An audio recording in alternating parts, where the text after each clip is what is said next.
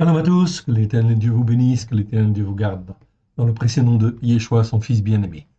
Bienvenue donc à cette cinquième vidéo sur Adika. Adika qui veut dire injustice en fait en grec. Cela nous permet de bien comprendre en fait le message de Yeshua, ce que Yeshua en fin de compte veut nous dire quand il parle d'injustice. C'est donc extrêmement important parce que il faut que nous apprenions et les uns et les autres à mieux marcher devant le Seigneur afin de mieux discerner sa volonté, mieux discerner ce qui est bien à ses yeux et ce qui est mal à ses yeux, afin que nous puissions apprendre à mieux discerner et à mieux agir et à mieux penser devant l'Éternel. À faire, autrement dire, les œuvres que lui a préparées d'avance afin de se glorifier au travers de chacun de nous. Remettons ces quelques instants à l'Éternel, notre Dieu, notre Père. Père très saint, nous te rendons grâce dans le précieux nom de Yeshua, ton Fils bien-aimé. Nul n'est comme toi dans le ciel. Merci Seigneur, parce que tu es le maître de toutes choses.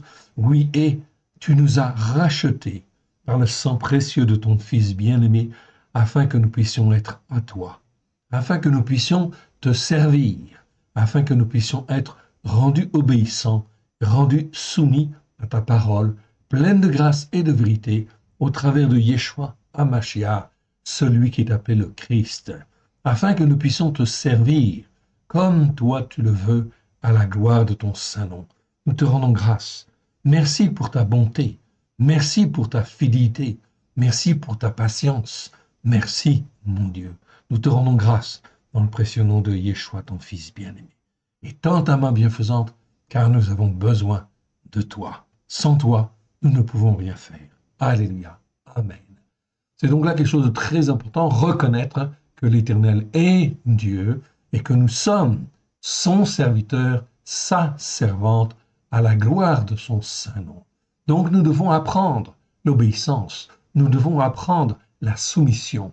Et la soumission à quoi? Eh bien en fait à Yeshua, oui bien sûr, à la gloire de l'Éternel. Mais pour cela, nous avons besoin bien sûr de la Torah, de la parole de Dieu. Et en réalité, de la Torah qui est la vérité. Psaume 119, verset 142, Toratra Emet, ta Torah est la vérité.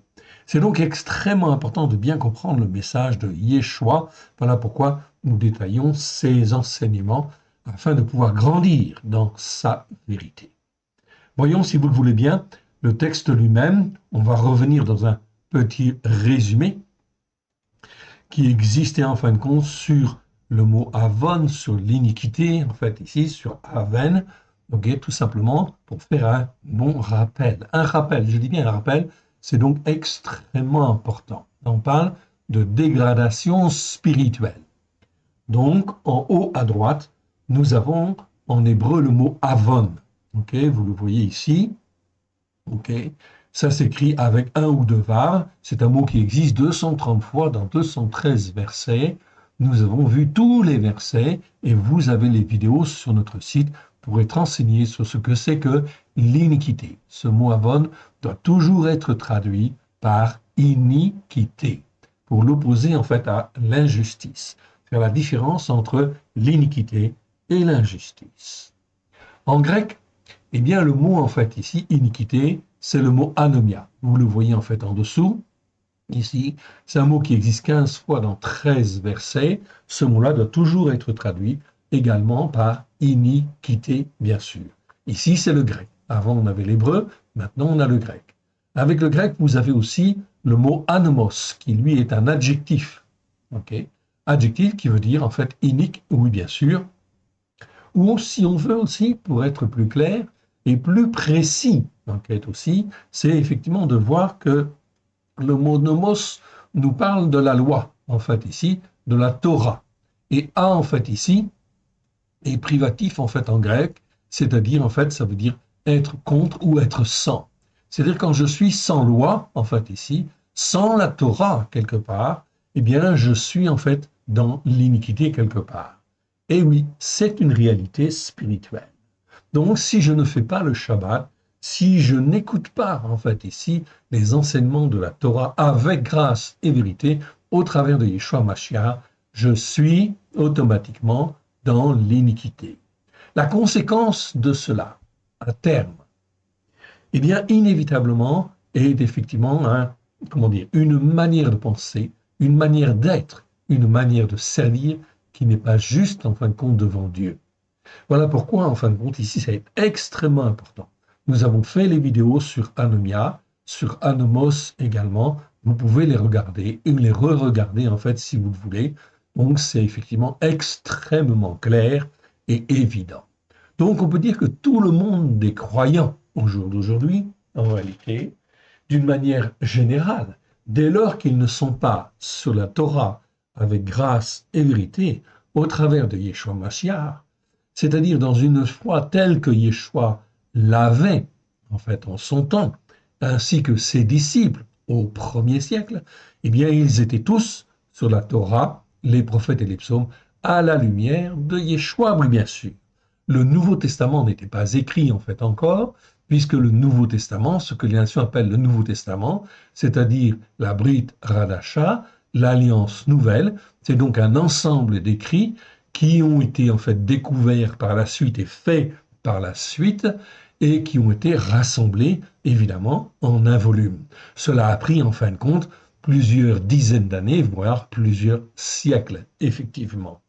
C'est donc très important. La foi croyante au travers de Yeshua, du croyant au travers de Yeshua, est une foi qui, au départ, est essentiellement posée et exclusivement posée sur la Torah, les prophètes et les psaumes, mais à la lumière de Yeshua, Hamashiach, celui qui est venu accomplir justement cette Torah pleine de grâce et de vérité.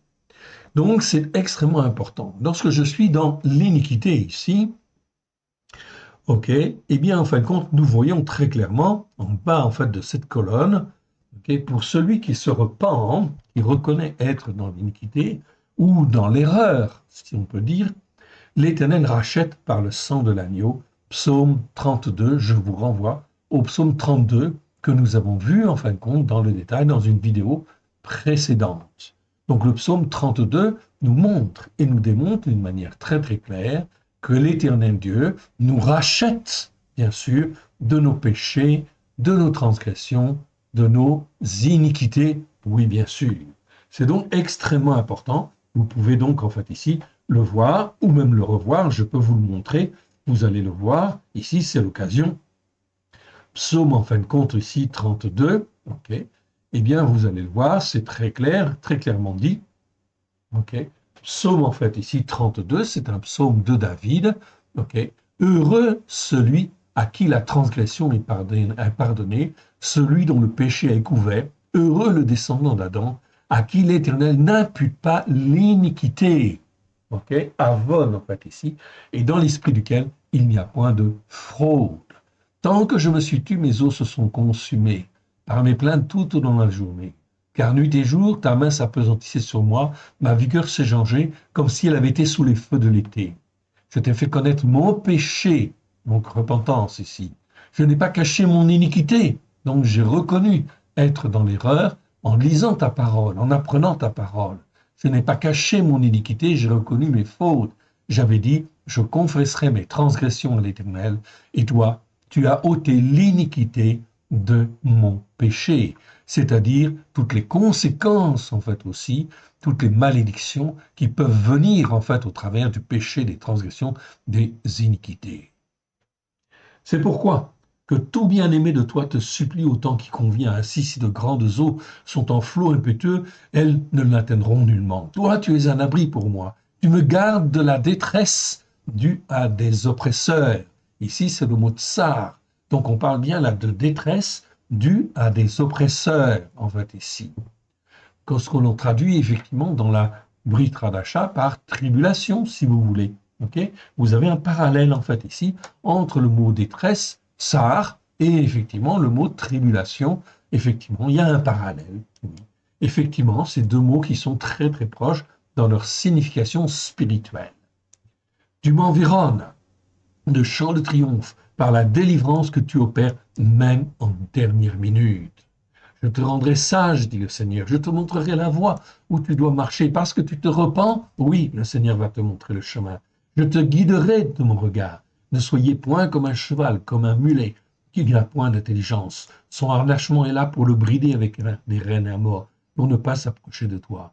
Beaucoup de douleurs sont pour le méchant, mais celui qui se confie en l'Éternel est environné de bonté. Juste, réjouissez-vous en l'Éternel et soyez dans l'allégresse, entonnez des chants de triomphe, vous tous qui êtes droits de cœur.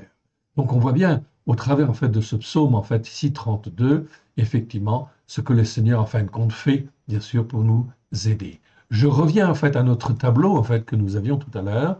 Ok, c'est le mot en fait avon en fait ici, de l'avon en fait ici, de nos péchés, de nos transgressions, l'Éternel. S'il y a repentance, si l'homme avance vers l'Éternel, cherche Dieu à s'attacher à l'Éternel, eh bien en fait l'Éternel Dieu pardonne.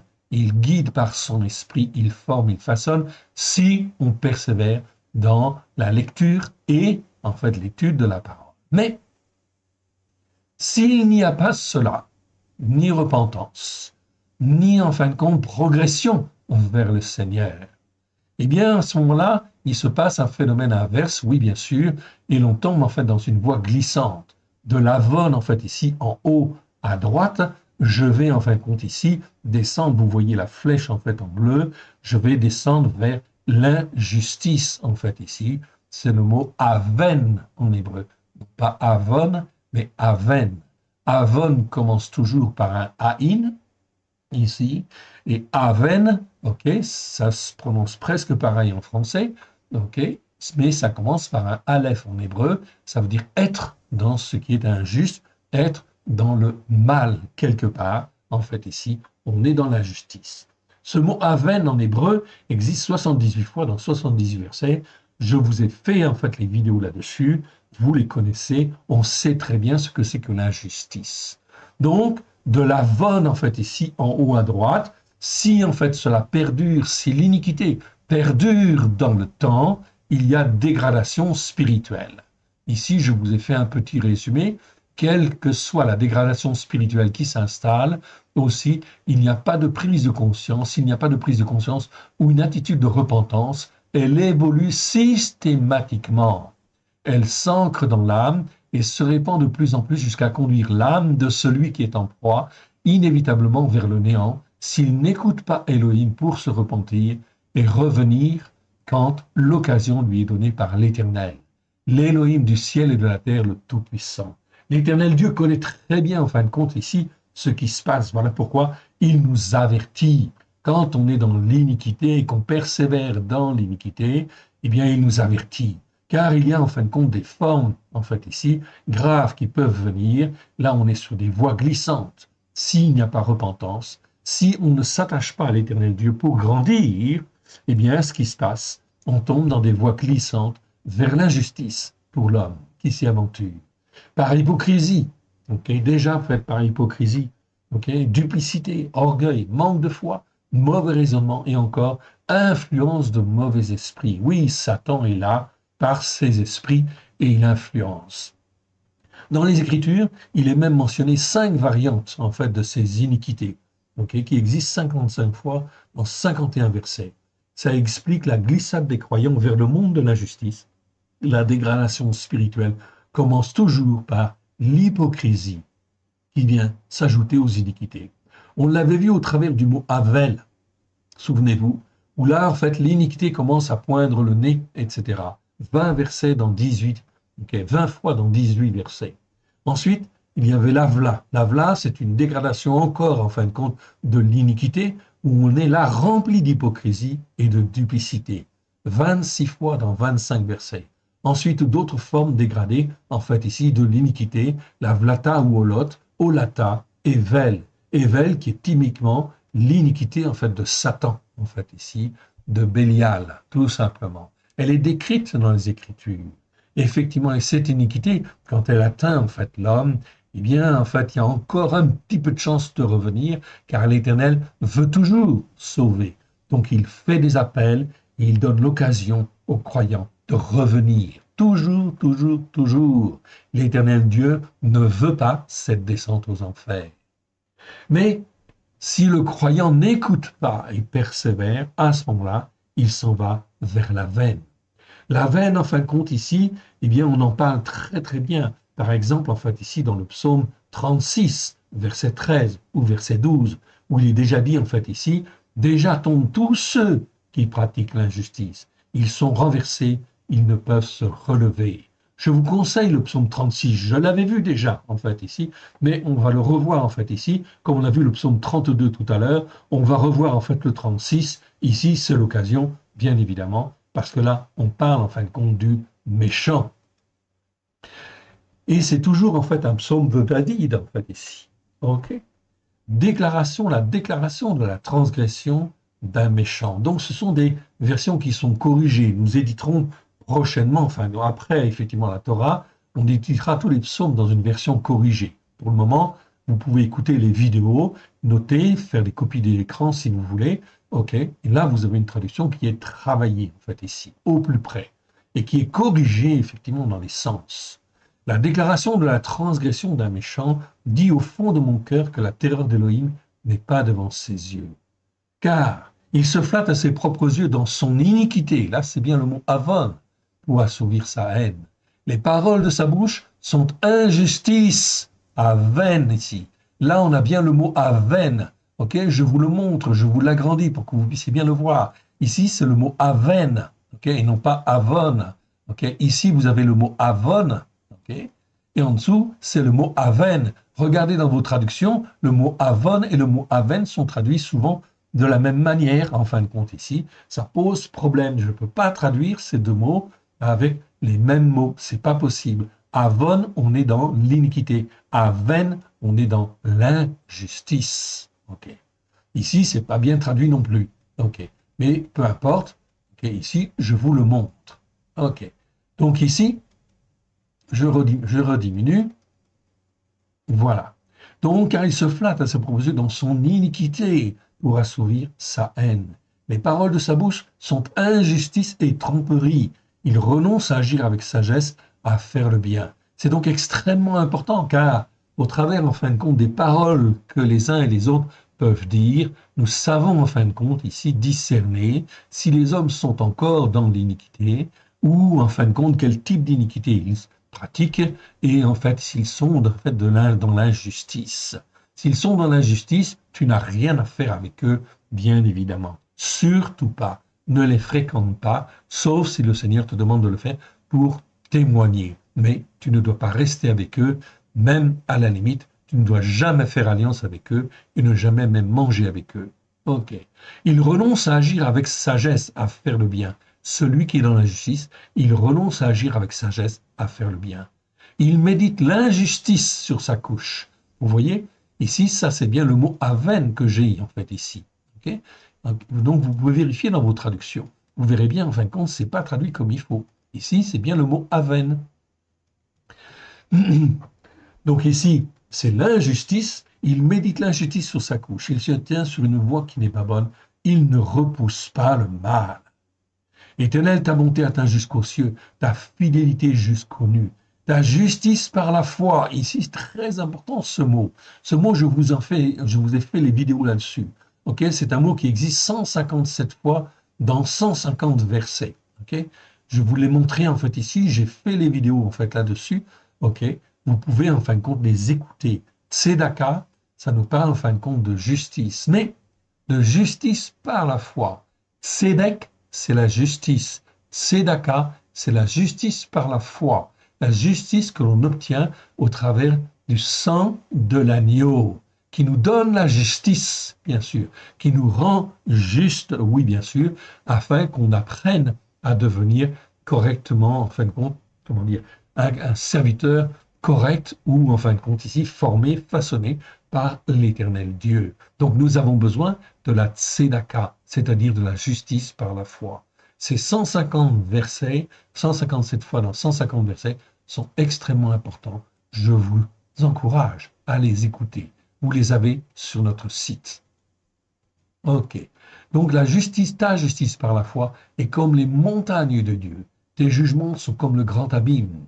Ô Éternel, tu soutiens les descendants d'Adam et des bêtes. Combien est précieuse ta bonté, ô Elohim. À l'ombre de tes ailes, les fils d'Adam cherchent un refuge. Ils se rassasient de l'abondance de ta maison et tu les abreuves au torrent de tes délices. Car auprès de toi, la source de la vie, par ta lumière, nous voyons la lumière. Étends ta bonté sur ceux qui te connaissent et ta justice par la foi. On retrouve le mot de tzedaka en fait ici, ok, 157 fois dans 150 versets, très très important, sur ceux dont le cœur est droit.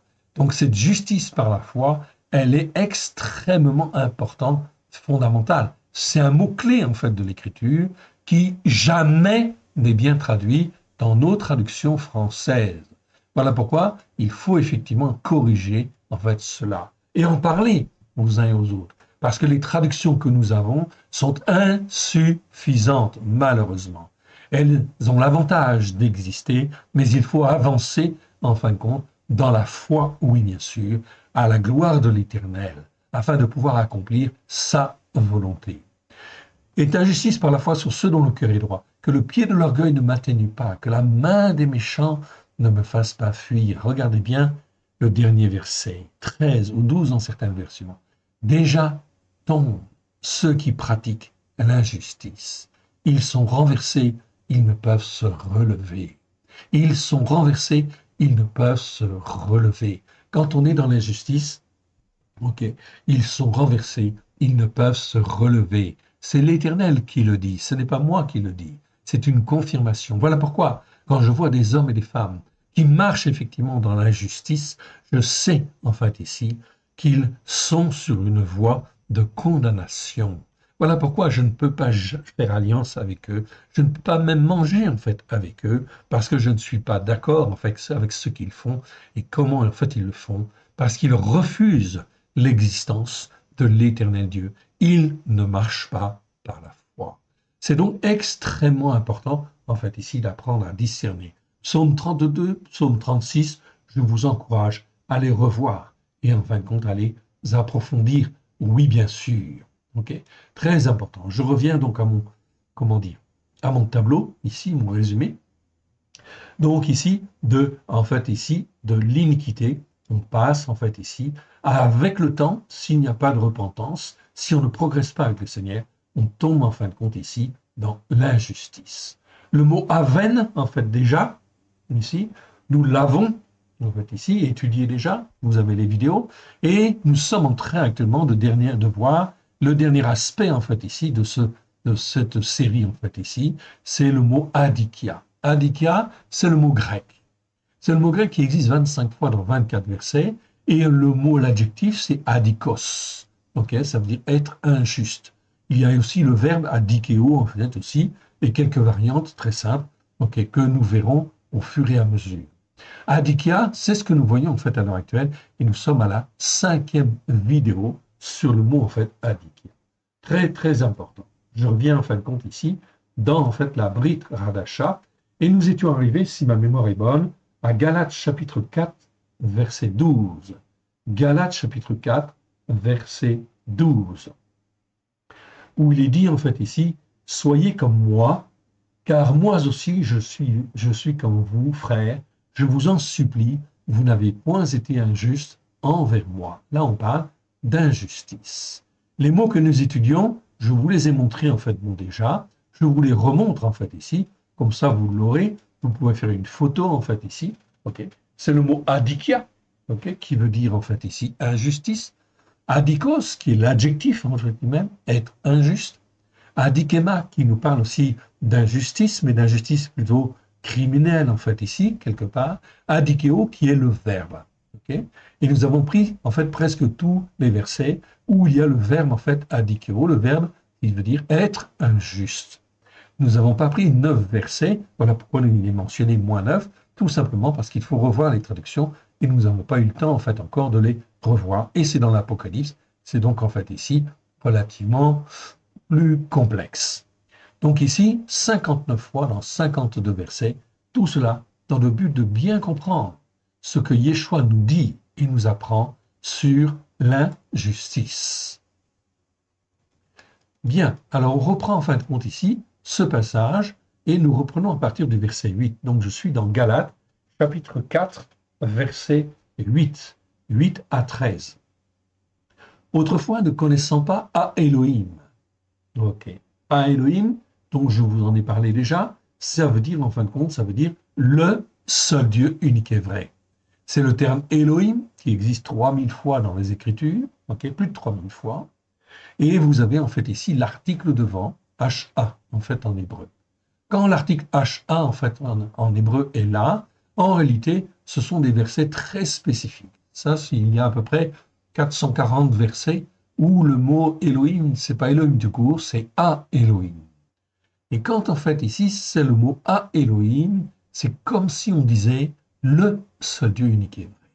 Et cette appellation est très importante parce qu'elle montre notre niveau de foi en fait ici. Est-ce que nous croyons dans le seul Dieu unique et vrai? Si effectivement je crois dans le seul Dieu unique et vrai, c'est à Elohim. Et c'est effectivement, on s'aperçoit que tous les hommes de Dieu et tous les prophètes dans les Écritures, eh bien, ils avaient cette connaissance de à Elohim, du seul Dieu unique et vrai. Cela commence avec Abraham, oui bien sûr, avec Yitzhak, c'est mentionné, avec Jacob, c'est mentionné aussi, avec Moshe, c'est mentionné en fait aussi. Ils connaissaient à Elohim. David, en fait, aussi, en fait, ici, c'était un serviteur de à Elohim. Tous les prophètes connaissent, en fait, ici, ce nom-là, oui, bien sûr.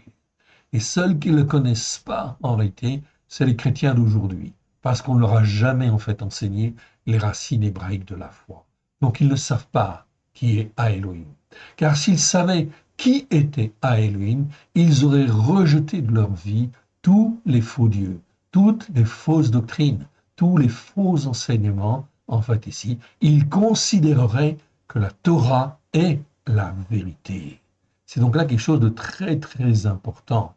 Donc ici, autrefois, ne connaissant pas à Elohim, vous étiez esclave d'Elim. Elim, en fait ici, c'est en fait ici Dieu. Oui, bien sûr, Dieu au pluriel. Dieu au pluriel, eh bien, c'est soit Elim ou soit Elohim, tout simplement. Ok. Donc on a effectivement ces deux versions. Ok. En fait, en hébreu. Ici, c'est Delim, c'est les hommes forts, en fait, ici, ou les dieux tout court, tout simplement. Comme nous l'utilisons dans nos Bibles et dans notre parler français d'une manière générale. Qui ne le sont pas de par leur nature, donc ils ne sont pas forcément des dieux, tout simplement. Mais à présent que vous avez connu à Elohim, donc Paulos témoigne bien que les Galates ont une très bonne connaissance, en fin de compte déjà des Écritures, et une très bonne connaissance de à Elohim. Et plutôt que vous avez été connus de à Elohim, comment retournez-vous à ces faibles et pauvres principes élémentaires auxquels, de nouveau, vous voulez encore vous rendre esclave? Donc, les Galates sont spirituellement quelque part, en fait, tombés quelque part. Ils avaient acquis, en fait, une certaine connaissance, mais ils ont petit à petit, en fin de compte, abandonné cette connaissance où il y a eu des faiblesses. Ok. Et donc là, maintenant, en fin de compte, ils veulent observer, en fin de compte, certaines pratiques religieuses qui, en fin de compte, ne sont pas bonnes. En fait, ici, quelque part, qui peuvent les entraîner dans des chemins, en fin de compte, détournés ou déviés. Donc, vous voulez encore vous rendre esclave. Vous observez les jours, les mois et les temps et les années. Je crains d'avoir inutilement travaillé pour vous. Soyez comme moi, car moi aussi je suis comme vous, frères. Je vous en supplie, vous n'avez point été injuste envers moi. Vous savez ce que fut à cause d'une faiblesse, que vous savez que ce fut à cause d'une faiblesse de la chair que je vous ai pour la première fois annoncé la bonne nouvelle. Okay. Et Paulos continue en disant, et mis à l'épreuve dans ma chair, vous m'avez témoigné ni mépris, ni dégoût, vous m'avez au contraire reçu comme un ange d'Élohim, comme Christ Yeshua. Donc les Galates avaient très bien reçu effectivement Paulos. Où donc est l'expression de votre bonheur? Car je vous atteste que si cela avait été possible, vous vous seriez arraché les yeux pour me les donner. Suis-je devenu votre ennemi en vous disant la vérité? Le zèle qu'ils ont pour vous. Ah, donc on voit qu'ici, il y a des hommes et des femmes qui sont là, en fait, ici, en train de les détourner de la vraie foi dans le seul Dieu unique et vrai. Le zèle qu'ils ont pour vous n'est pas pur, mais ils veulent vous détacher de vous, de nous, afin que vous soyez zélés pour eux en réalité. Il est excellent d'avoir du zèle pour ce qui est bien et en tout temps et non pas seulement quand je suis présent en fait parmi vous. Verset 19. Mes petits-enfants légitimes, héritiers et bien-aimés. Donc, Paulos va utiliser ici un terme qui est plutôt rare, en fait, ici. Okay, c'est le mot technion, en fait, ici. Technon, ça veut dire, en fait, enfant, en fait, ici. Légitime, okay, et héritier. Okay, légitime et héritier. Mais technion, en fait, ici, c'est, en fait, ici, plus affectif, etc. Donc, il y avait bien une relation, quelque part, comment dire, de cœur à cœur, en fait, ici, avec les Galates qui étaient là, okay, pour qui j'éprouve de nouveau les douleurs de l'enfantement jusqu'à ce que Christ soit formé en vous. Jusqu'à ce que Christ soit formé en vous. Donc il y a un temps en fin de compte de formation. À partir du moment où je donne mon cœur et ma vie à Yeshua, eh bien je suis précieux en fait aux yeux de Dieu, mais l'Éternel Dieu va me former, va me façonner si, du moins, j'écoute les bons enseignements et je ne me laisse pas entraîner par des fausses doctrines, des faux docteurs, etc. Eh bien, le Seigneur va tirer en fait ma foi vers le haut dans le but de former en fait ici Christ en moi. Je voudrais être maintenant auprès de vous et changer de langage car je suis dans l'inquiétude à votre sujet. Donc ici, Paulos est très inquiet en fait ici de ce mouvement en fait qui est en train d'arriver dans en fait ici l'assemblée de Galates, des Galatines, tout simplement parce qu'ils ne sont pas restés fermes sur en fait les fondements de base. Ils se laissent entraîner quelque part. C'est effectivement ce que beaucoup en fin de compte ici de croyants font malheureusement en fait, malheureusement. Ok, je prends en fin de compte ici la définition du mot. Ok, on va aller au mot suivant.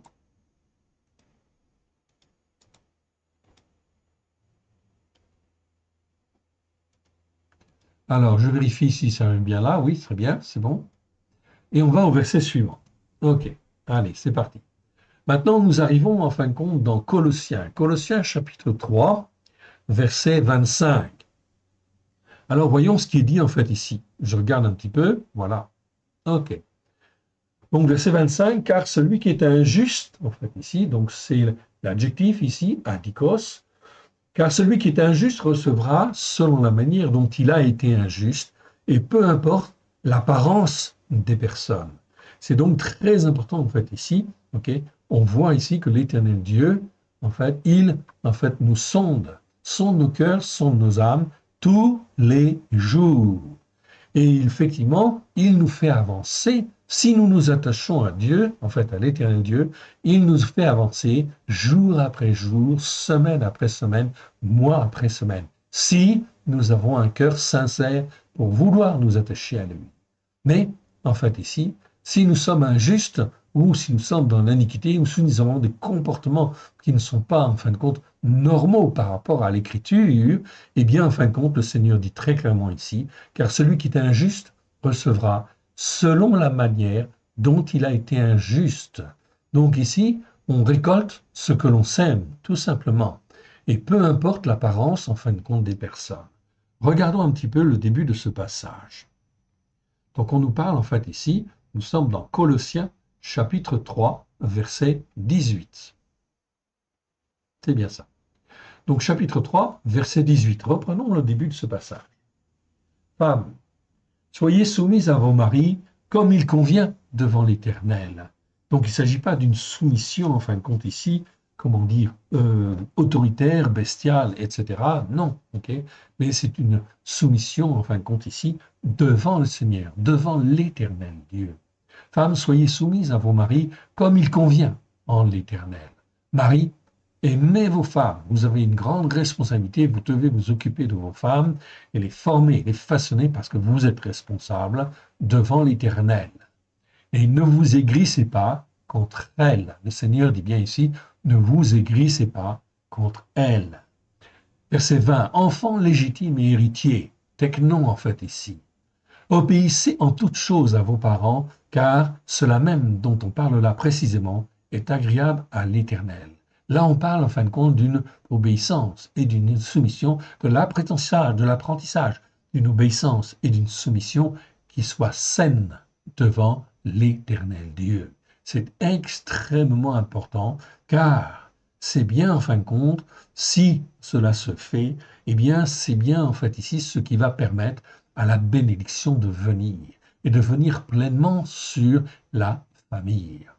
Père, n'héritez pas vos enfants légitimes et héritiers, de peur qu'ils ne se découragent. Donc, il ne faut pas effectivement les décourager. Au contraire, il faut les aimer, les encourager, en fait, ici, et les fortifier, bien sûr. Esclaves, ok, ceux qui travaillent en fait, avec nous ici, le mot c'est bien doulos, c'est bien le mot esclave, ceux qui travaillent avec vous. Obéissez en toutes choses à vos maîtres selon la chair. Ici, c'est bien le conseil de l'Écriture, oui, bien sûr, afin que Satan n'ait aucune occasion de pouvoir en fait prendre place et de pouvoir intervenir. Donc, esclaves, obéissez en toutes choses à vos maîtres selon la chair, non pas seulement sous leurs yeux, comme pour plaire aux hommes, mais avec simplicité de cœur, dans la crainte de Elohim. Tout ce que vous faites, faites-le de bon cœur, comme pour l'Éternel, et non pour les hommes, sachant que vous recevrez de l'Éternel l'héritage pour récompense. Soyez esclaves de Christ, le Seigneur, pour faire le service. Donc ici, le verset est corrigé en fonction du texte reçu, donc du texte grec du, en fait ici, 17e siècle, et non pas texte grec du 19e siècle, sur lequel en fait sont traduites toutes les traductions françaises en dehors de la David Martin et de l'Osterwald. Donc ici, toutes ces traductions sont en fait ici faussées quelque part. Il leur manque des mots où en fait la traduction eh bien, pose problème, car elle suit trop l'esprit de ce monde. Verset 25. Car celui qui est injuste recevra selon la manière dont il a été injuste, et peu importe l'apparence des personnes. Donc le Seigneur dit très bien en fait ici, apprends l'obéissance, apprends la soumission, ok, et il te sera fait en fait ici, comme en fin de compte tu auras fait, tout simplement. Donc ici, c'est donc extrêmement important de bien comprendre cette dimension spirituelle, bien évidemment, avec le Seigneur. Ok. On va continuer. Et on va aller au passage suivant. Ok. Alors le passage suivant, je retrouve ma petite souris. Voilà. Et on va au passage suivant. Ok. Le passage suivant nous appelle dans 2 Thessaloniciens, chapitre 2, ok, verset 10. Et avec toutes les séductions de l'injustice, en fait ici, adikia, donc là on a vraiment le mot adikia, pour ceux qui périssent parce qu'ils n'ont pas reçu l'amour de la vérité pour être sauvés. À cause de cela même, à Elohim leur envoie une puissance d'égarement pour qu'ils croient au mensonge, afin que tous ceux qui n'ont pas cru à la vérité, mais qui ont pris plaisir à l'injustice, soient condamnés. Alors on reprend ce passage parce qu'il est extrêmement important dans les temps qui viennent. On va reprendre tout le passage ici, et je vais reprendre à partir du verset 1. Donc 2 Thessaloniciens, chapitre 2, verset 1. Ok. Je vous demande 30 secondes. En fait, ici, même pas 30 secondes. Ok.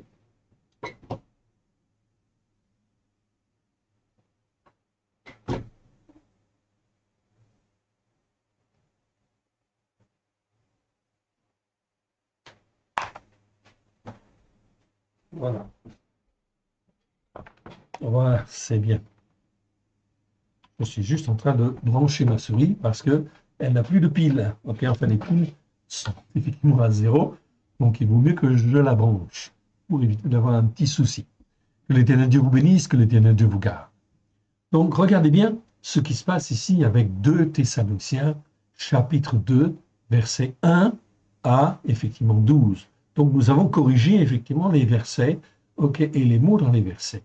Et c'est extrêmement important parce que ça nous concerne en fait ici, dans en fait les temps à venir, pour tous les croyants de quelque confession en fait ici qu'ils soient, au niveau chrétien en fait ici, d'une manière très générale, eh bien cela nous concerne. Et c'est donc extrêmement important de prendre conscience qu'on ne se moque pas en fin de compte de Dieu. L'Éternel Dieu a envoyé son Fils sur la terre il y a 2000 ans déjà. Nous sommes en 2023. Cela veut dire qu'il y a 2000 ans que Yeshua est venu pour nous révéler, en fait ici, la parole de Dieu pleine de grâce et de vérité. Nous révéler la Torah, les prophètes et les psaumes, avec grâce et vérité, au travers de tout ce qu'il a dit, tout ce qu'il a fait, etc. Et il a en fait, effectivement, fait une nouvelle alliance, mais cette alliance, elle est basée sur la Torah, les prophètes et les psaumes. Les fondements de base ne changent pas. C'est donc extrêmement important de bien comprendre cela, car tous ceux qui ont créé, en fait, ici, des entités religieuses, catholiques, protestantes, évangéliques, orthodoxes ou autres dénominations, ok, qu'est-ce qu'ils ont fait? Ils ont pris en fin de compte l'évangile. Ils ont pris en fin de compte certaines valeurs et ils ont construit en fait leur édifice religieux, leur montagne spirituelle. Donc la montagne catholique, la montagne protestante ou les collines protestantes ou les collines évangéliques ou en fait autre chose comme vous voulez, tout cela, ce n'est pas la montagne de Sion. L'Éternel Dieu existe sur la montagne de Sion, qui est la montagne spirituelle, qui est la montagne spirituelle de Dieu sur laquelle, en fait, Yeshua nous a rachetés afin que nous puissions monter sur la montagne spirituelle de Sion et non pas, en fait, être entraînés dans une doctrine ou une autre, une fausse doctrine, comme les Galates, on a vu tout à l'heure, qui étaient entraînés, en fin de compte, dans une fausse doctrine. Non, il faut revenir, demander pardon, en fait, à Dieu d'avoir désobéi, de ne pas avoir écouté, d'avoir été soit dans la transgression, soit dans le péché, soit dans l'iniquité, parce qu'on était sans la Torah. Et quand on est sans la Torah, on est forcément dans l'iniquité. Et en fin de compte, on a un raisonnement qui est complètement faussé. Écoutez bien ce passage. 2 Thessaloniciens chapitre 2 verset 1. Pour ce qui concerne l'avènement de notre Seigneur Christ Yeshua et notre réunion avec lui, nous vous prions, frères, de ne pas vous laisser facilement ébranler dans votre entendement et de ne pas vous laisser troubler, soit par quelque inspiration, soit par quelques paroles, ou soit par quelques lettres qui sembleraient venir de nous, comme si le jour de l'Éternel était déjà là. Bien. Ici, nous avons un mot, quand on en a déjà parlé, c'est le mot nous. Ok, je vous le montre en fait ici. Okay. Le mot nous, ok, ça nous parle de pensée en fait ici. Ok, je vous ai déjà parlé du mot dianoia. Dianoia, c'est traduit aussi par pensée. Mais dianoia, c'est la capacité de réfléchir. Ok, c'est la pensée au sens de la capacité à réfléchir. Afin, effectivement, quand tu lis la parole de Dieu, tu as une capacité à réfléchir, tu dis Dieu dit ça, donc je vais faire ceci, etc., etc. Donc, tu dois utiliser ta capacité à réfléchir et elle doit se développer. J'ai fait des vidéos là-dessus, sur la capacité à réfléchir, c'est le mot dianoia, en fait, en grec. Puis, en fait, il y a d'autres mots pour parler de pensée, oui, bien sûr, dont le mot nous que nous voyons là, qui existe 24 fois dans 22 versets. Le mot nous, ça nous parle de l'entendement, c'est-à-dire la compréhension. La capacité à réfléchir te donne en fait ici le moyen en fait de réfléchir, oui bien sûr, dans le but de t'amener à une compréhension, à un entendement en fait ici, un entendement spirituel ou une compréhension spirituelle. Donc ici, c'est pas souvent ces mots-là sont très très très mal traduits en fait ici. Le mot nous, je vous le montre en fait ici. Le mot nous, vous l'avez là. Ok, je vous l'agrandis. Comme ça, vous l'aurez en fait en grand. Ok, 24 fois dans 22 versets. Numéro Strong 3563. On doit traduire en fait ici ce mot-là par entendement ou compréhension spirituelle. Plus précisément, l'entendement, ok, c'est toutes les facultés de perception et de compréhension, toutes les facultés de percevoir les sentiments, d'exercer un jugement juste et de montrer de la détermination. L'entendement, c'est le plus haut niveau de compréhension de l'âme, capable de saisir la vérité spirituelle, la faculté de perception des choses divines, la reconnaissance du bien et la haine du mal. Quand on a une compréhension qui est développée, un entendement qui est bien développé, eh bien, effectivement, c'est une très bonne chose. Je vais pouvoir être dans un jugement juste. Oui, bien sûr. Donc, ce mot n'est pas toujours bien traduit. OK. En fin de compte, ici, comment dire, Luc 24, 45, c'est traduit par esprit. Non, c'est pas esprit. Romains chapitre 1, verset 28, c'est traduit en leur bon sens. Pas du tout. OK.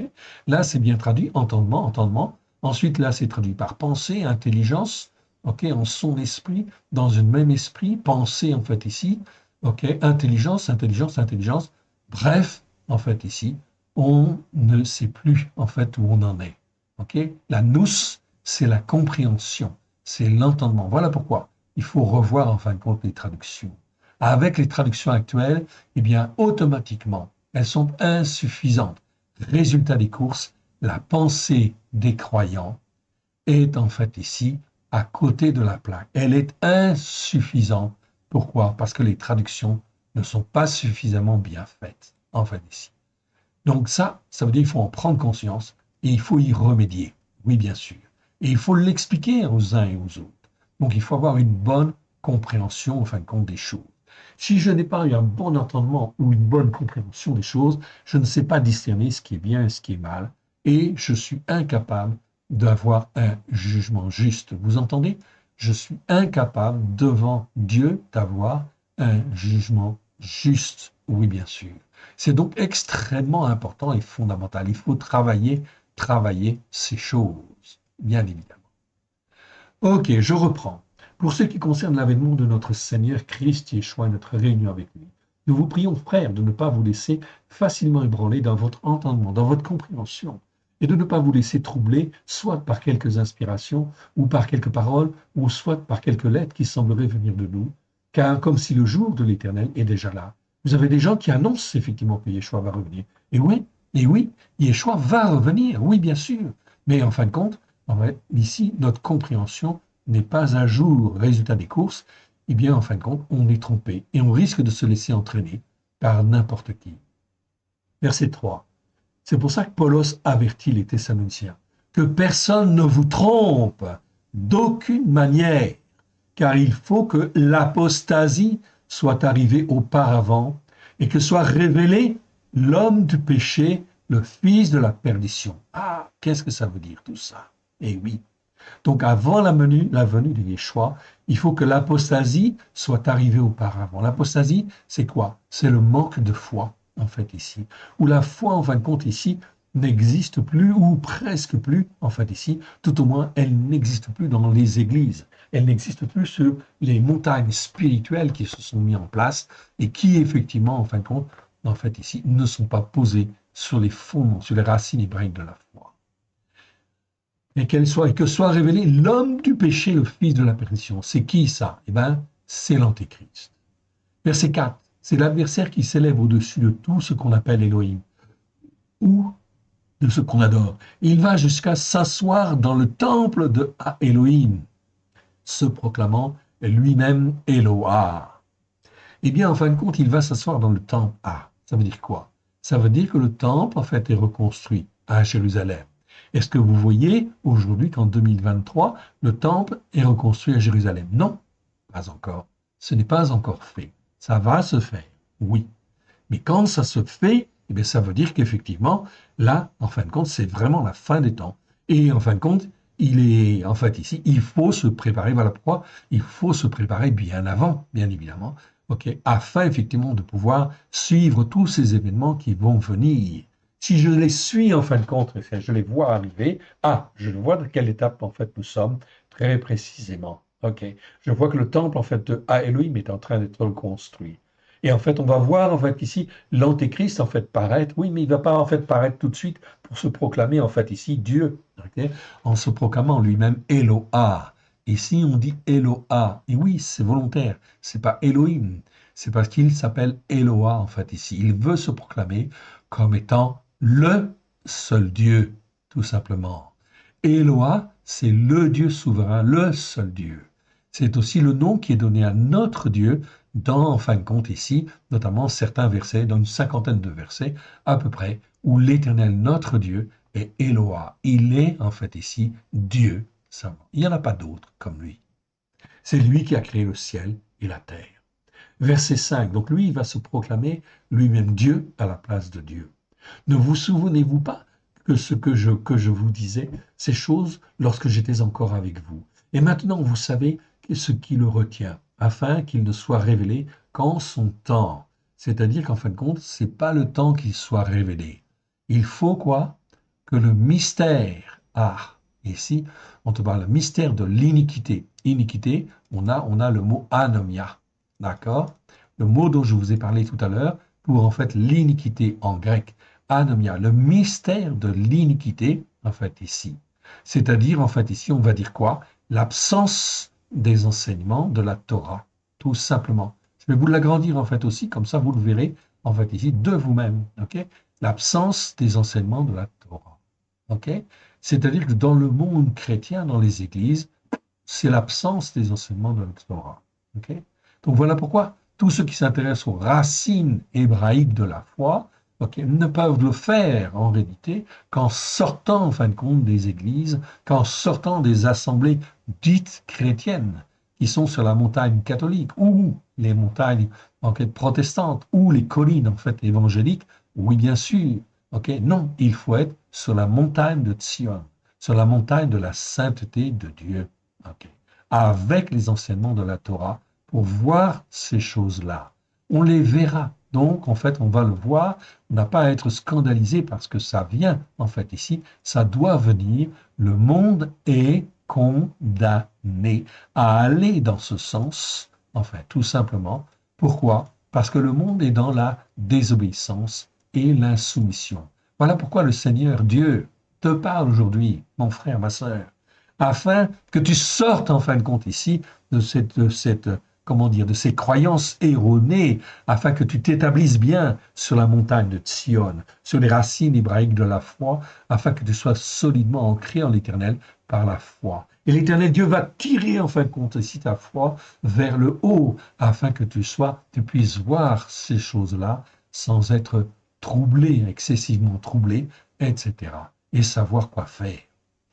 Celui qui le retient encore est disparu, c'est-à-dire que Yeshua est disparu de tous les cœurs, en fait, ici, sur la terre, sauf bien sûr de ceux qui viennent sur les racines hébraïques. Verset 8. Alors, seulement, paraîtra, en fait, ici. Ok? Paraîtra qui? Ok. Le sans Torah. Dans nos Bibles, c'est traduit comment? C'est traduit par impie. Et oui. Et c'est quel mot, en fait, ici, que nous avons ici? C'est le mot anomos. Le mot dont je vous ai parlé tout à l'heure, ok, anomos, nomos, ça veut dire Torah, et ça veut dire sans Torah, ou le sans Torah, c'est celui qui est en fait dans l'iniquité, tout simplement.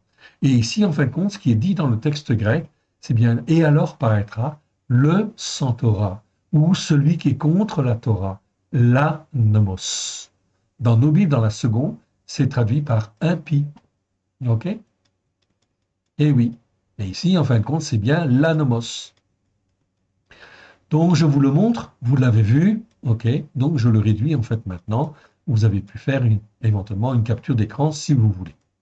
Ok, alors paraîtra le Santora. Le Santora, pourquoi?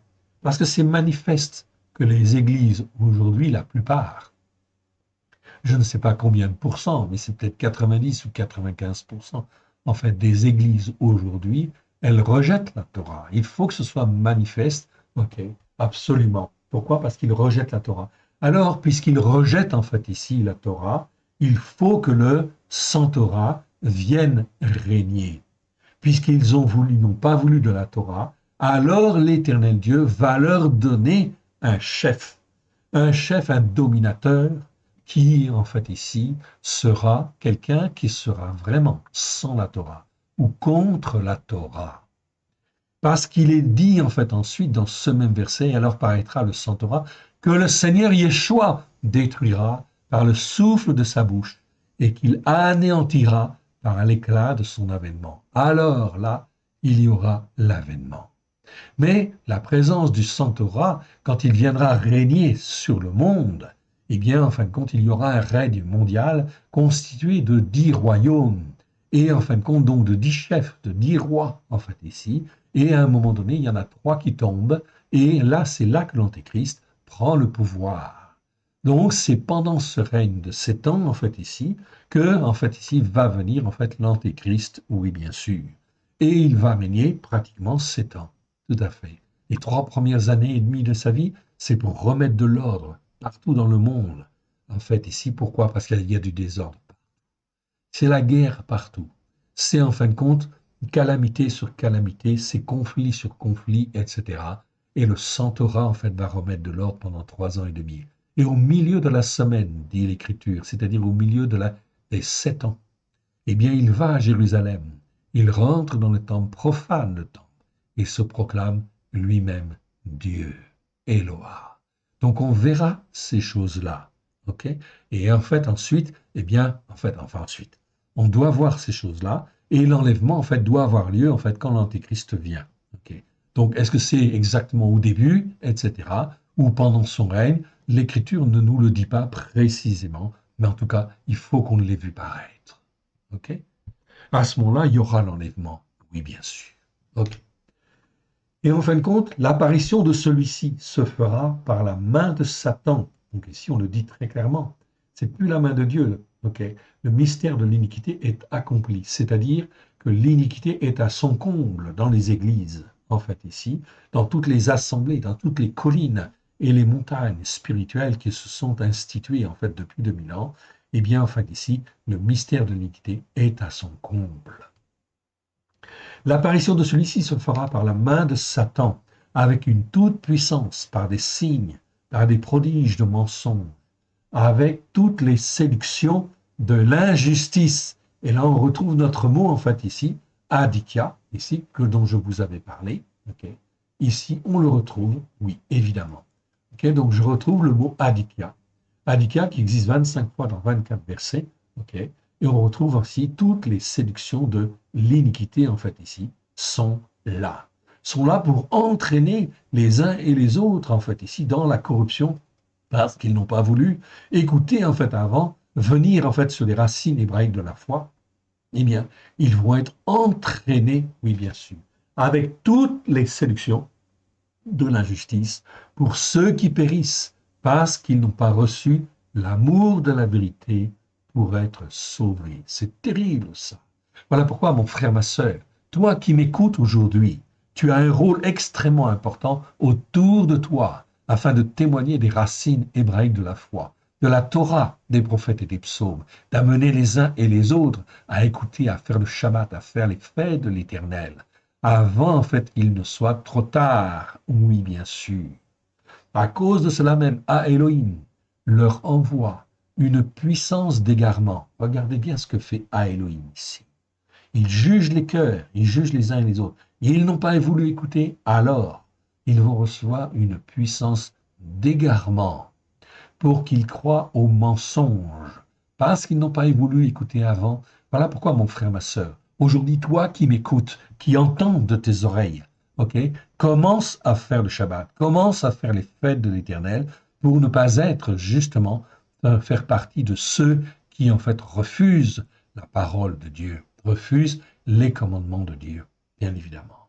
Donc l'Éternel Dieu leur envoie une puissance d'égarement pour qu'ils croient aux mensonges, afin que tous ceux qui n'ont pas cru à la vérité, et ici c'est écrit, Psaume 119, verset 142, Toratra emet, ta Torah est la vérité, afin que tous ceux qui n'ont pas cru à la vérité, mais qui ont pris plaisir à l'injustice, soient condamnés. Et je retrouve en fait ici, encore en fait ici, ma sélection de mots en fait ici, ok, adikia, ok, adikia, adikos, adikema, adikeo en fait ici, tout simplement.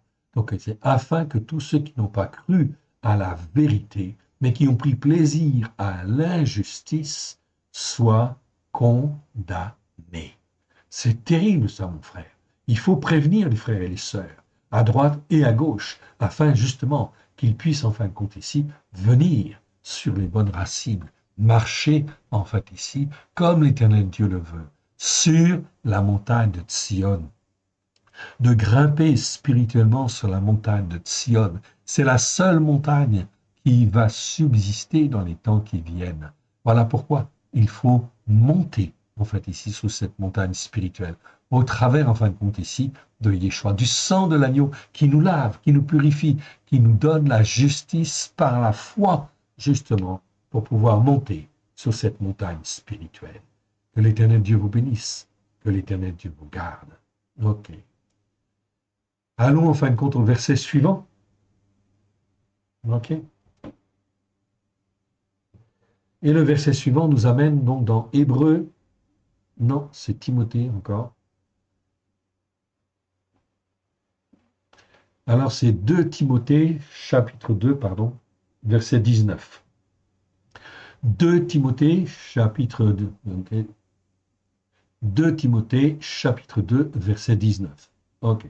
Où là nous trouvons effectivement qu'il s'éloigne de l'injustice. Ok. Néanmoins, le solide fondement de Elohim reste debout, avec ses paroles qui lui servent de sceau. L'Éternel connaît ceux qui lui appartiennent, et quiconque prononce le nom de l'Éternel, qu'il s'éloigne de l'injustice.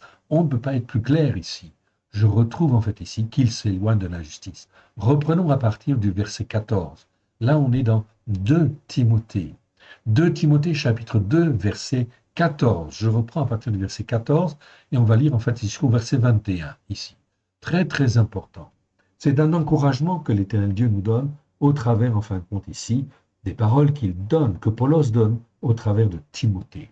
Rappelle ces choses en rendant témoignage devant Elohim, d'éviter les disputes de mots qui ne servent qu'à la ruine de ceux qui écoutent.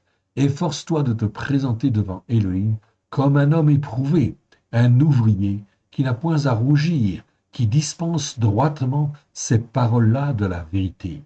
Et évite les discours vides de sens et profanes, car ceux qui les tiennent avanceront toujours bien plus dans l'impiété. Et leur parole rongera comme la gangrène. De ce nom sont Ouménios, c'est-à-dire Hyménée, et Philetos, Philette, qui se sont détournés de la vérité, disant que la résurrection est déjà arrivée et qui renversent la foi de quelques-uns. Donc là, on voit bien, en fin de compte, ici, il y a donc bien des personnes qui sont, en fin de compte, dans leur raisonnement, leur manière de raisonner, qui sont faussées dans leur capacité à réfléchir et dans leur compréhension, qui sont, en fin de compte, dans l'erreur. Et voilà, en fin de compte, ces croyants ici peuvent, en fin de compte, ici, détourner de la vérité d'autres croyants, disant que la réaction est déjà arrivée et qui renversent la foi de quelques-uns en disant, vous n'avez rien à faire, ok, Christ va venir, etc. Non, tu dois te préparer. Tu dois vaincre par la foi. Okay? Ta foi, elle doit être tirée vers le haut. Tu n'obtiens pas, en fin de compte, le royaume de Dieu sans effort, sans sacrifice, sans effectivement être travaillé par l'Esprit de Dieu afin d'être façonné et de devenir un fils et une fille de Elohim, de l'Éternel Dieu. Néanmoins, le solide fondement de Elohim reste debout, avec ses paroles qui lui servent de sceau. L'Éternel connaît ceux qui lui appartiennent, et quiconque prononce le nom de l'Éternel, qu'il s'éloigne de l'injustice. Ce n'est pas moi qui le dis, c'est Paulos qui le dit en fait à Timothée, en fait ici.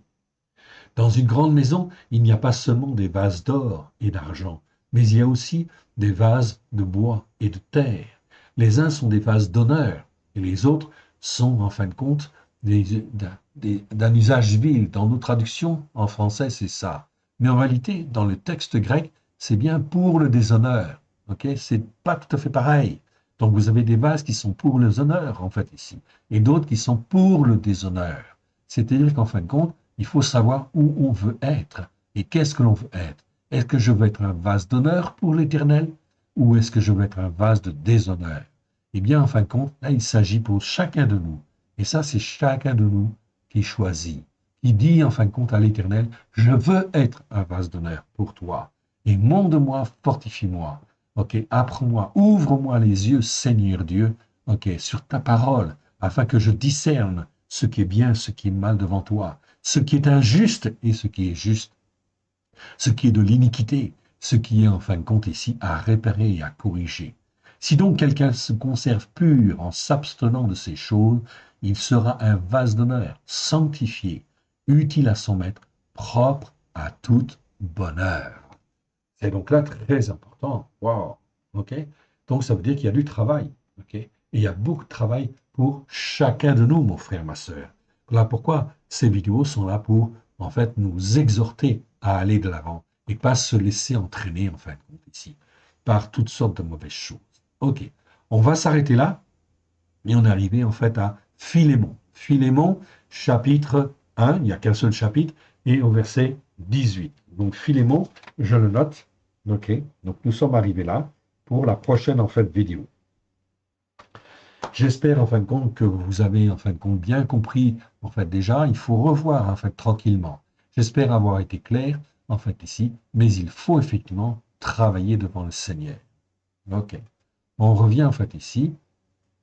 Voilà. Ok. J'ai appuyé sur les bons boutons. Cette fois-ci, la vidéo, elle va fonctionner. Que l'Éternel Dieu vous bénisse et que l'Éternel Dieu vous garde. Donc ne vous laissez pas tromper. Il va y avoir beaucoup de croyants qui vont parler de tas de choses à droite et à gauche, mais qui ne sont pas utiles dans les temps qui viennent.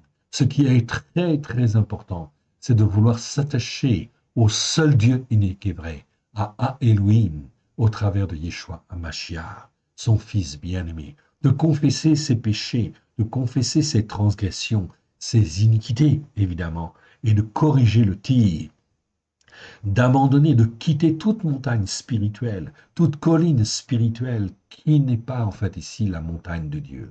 La montagne de Dieu, c'est la montagne de Sion. Elle est pure. Elle est en fin de compte ici pleine de grâce et de vérité au travers de Yeshua, HaMashiach. Et l'Éternel Dieu veut nous faire monter sur cette montagne spirituelle. Voilà pourquoi nous devons sortir, sortez du milieu d'eux, dit l'Éternel, au travers de Christ Yeshua. Remettons ces quelques instants à l'Éternel. Père très saint, je te rends grâce dans le précieux nom de Yeshua. Merci Seigneur pour cet enseignement. Que toutes les paroles ou les mots ou les versets qui ne sont pas de toi s'en aillent dans le nom de Yeshua. S'en aillent dans les lieux arides dans le nom de Yeshua. Que ce qui est de toi soit loin de grâce et de vérité et puisse trouver dans chacun de nos cœurs un terrain favorable. Puisse y produire des racines comme toi tu le veux à la gloire de ton Saint-Nom. Nous façonner, nous transformer pour que nous puissions être à toi, pour te servir, te glorifier, toi, le seul vrai Dieu et celui que tu as envoyé. Aide-nous, Père très saint, à te faire plaisir. Aide-nous, sans toi, nous ne pouvons rien faire. Aide-nous là où nous sommes, prends-nous par la main, oui, que par ton esprit, oui, Seigneur, tu nous montres, tu nous ouvres les yeux sur ce que nous avons à faire, afin de te servir et de te glorifier, toi le seul vrai Dieu, et celui que tu as envoyé. Regarde, Seigneur, toute la détresse qui s'installe sur la terre. Oui, Seigneur, utilise-nous, façonne-nous, forme-nous, afin que nous puissions témoigner à droite et à gauche, afin, Seigneur, de sauver les âmes, Seigneur, qui voudront bien écouter à la gloire de ton Saint-Nom. Nous te rendons grâce dans le précieux nom de Yeshua, ton Fils bien-aimé. Merci, Père. Merci, Yeshua. Merci, Esprit Saint.